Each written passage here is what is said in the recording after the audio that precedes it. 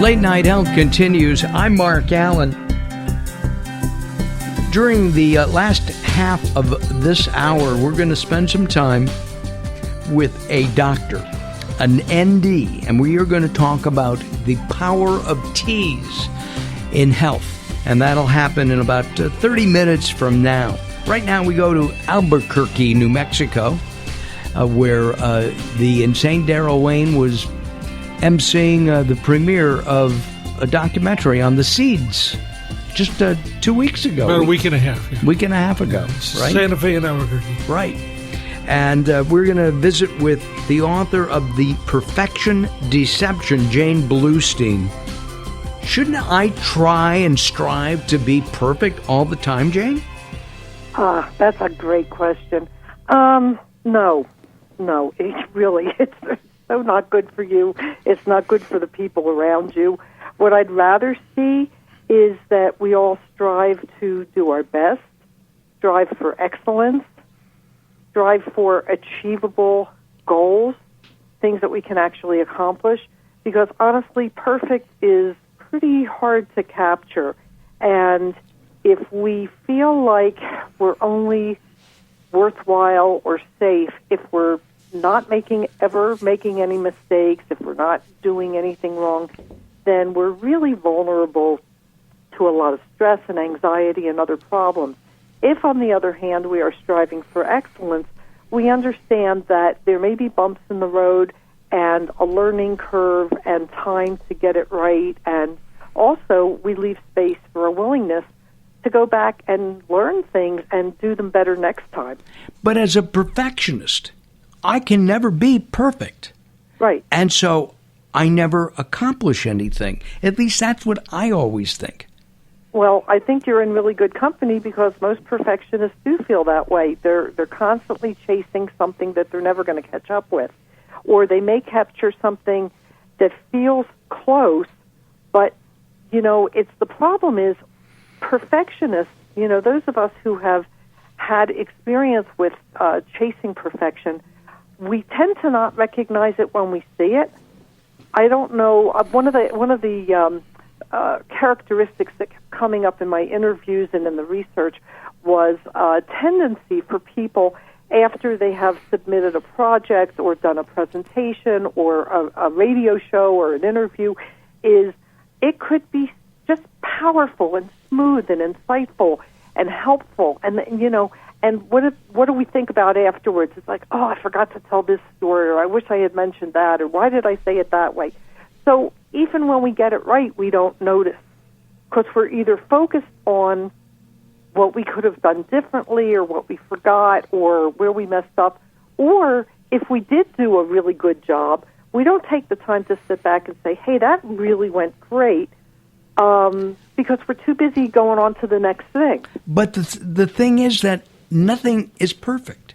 Right. Michelangelo's David is a wonderful sculpture and probably the closest thing to perfect that I can think of right now. It's the first thing that popped into my mind. Oh, yeah. Right? It's a beautiful I cried sculpture. when I saw it, yeah. It yes, was awesome. Of course. And at the same time, you have to think, was he happy with that? Well, since he's not here to ask, I really, I don't know. I certainly hope that he was happy with it. And the idea is that we can finish the day or finish a task and know that, and it's about being satisfied with what we've done or what we've learned. And even when we've, really flopped and just had an awful experience, if we can get to a point, and this gets easier, I think, as we get older. That's certainly been my experience. If we can get to a point where we can laugh about it and go, okay, that just epic fail, we're going to do this way different next time, that's learning, that's purposeful achieving, and that's moving forward. And I think that's really the best we can ask from each other and ourselves. Searching for perfection is what we're talking about. And in that search for perfection, actually, maybe it's not the search for perfection. As some people search for perfection, there are limitations and circumstances that can happen. It can affect a person physically and emotionally. Can you address those issues, Jane? Yeah, and I wanted to jump. It's not a search for perfection as much as it is a search for safety and self-protection, a search for belonging, a search for worth. It's looking for some way to validate that we are whole, that we are worthwhile, that we are lovable, that we fit in, that we belong, that we are worthy of being loved.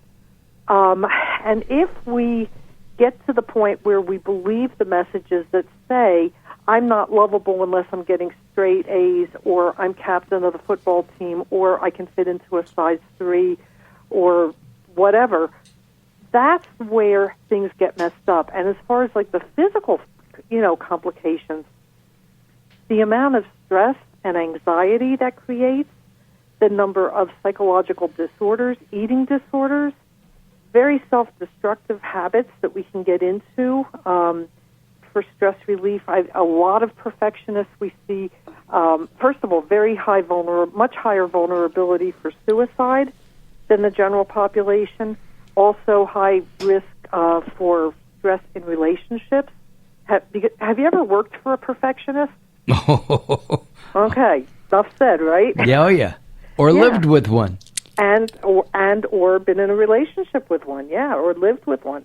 Had a roommate who was a perfectionist, and if you've ever gotten scolded because you put a jar in the refrigerator and the label wasn't facing out, or your mother.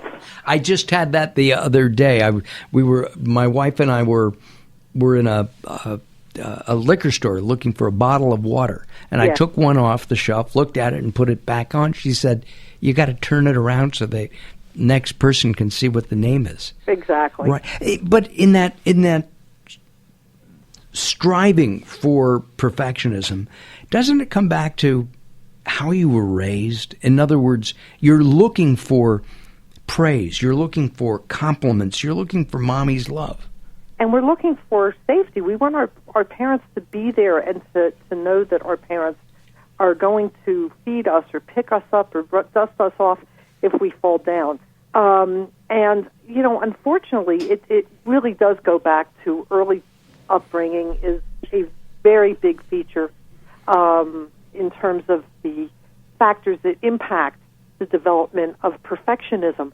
If we grow up with parents who, for whatever reason, because our parents were human beings, even though we didn't realize that when we're very young, and they had stresses of their own, could be financial stresses, health problems, mental health problems, relationship problems they were dealing with, busyness at work, just whatever stresses. If they were not available or not responsive when we needed them, what we tend to do is we tend to kind of sort of shape-shift into the kind of person that we think will get mommy's attention and daddy's love, or will help avoid them getting angry or being critical or being very harsh with us. But at the same time, doesn't somebody who has that kind of a relationship with their folks, their folks are demanding. Mm-hmm. And so some people go to drugs, sex, and rock and roll at an early age. Yeah, and being demanding and having high standards, I don't have a problem with that. The problem is the conditionality, the message that we get that, mommy's only happy if we are getting good grades, or daddy's only happy if we are hanging out with the right sort of people, or whatever conditional, strings come attached to that love and acceptance, or whatever strings come attached to the absence of violence or anger or criticism. And that's why it may not be sex, drugs, and rock and roll. It may just be people, if you've ever known, like, really quiet people, and I don't mean like introverted, but the kind of people who sort of learn to stay safe by staying under the radar. Because, if... you can see those kinds of people on reality shows, reality show competitions. The fashion designer who doesn't win, but just stays right there in the middle. Mm-hmm. I'll take your word for it. I'm sure, because that's just another adaptation or compensation that we make. If I know that every time my father catches me, he's going to find something bad, negative to say, or will do, take his anger at something at work or with my mother or something. And I'm not speaking personally necessarily, sure. But if Daddy's going to get mad every time he catches me, I'm going to try to stay uncaught, or I'm going to be like, I remember one person said that her father, one of the people I interviewed, her father would just pick at her and just be very critical and would listen in on her conversations and tell her everything she did wrong. And, that's got to create havoc as a person grows up. Grows older. Hold on one second, okay? I'm Mark-Alyn, and this is Late Night Health. The author, Jane Bluestein, she has written a book called The Perfection Deception. Trying to be perfect is sabotaging your life. That's what the book is all about. All right, we'll be back in just a couple of moments. Don't go away. Late Night Health will continue.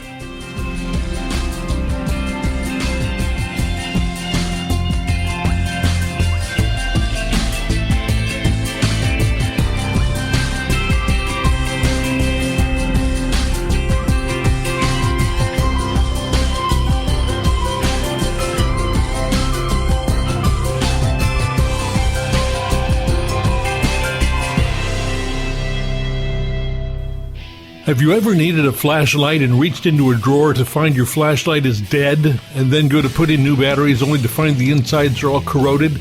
Now Hybrid Light has created a solar-powered flashlight that requires no batteries and also charges your cell phone.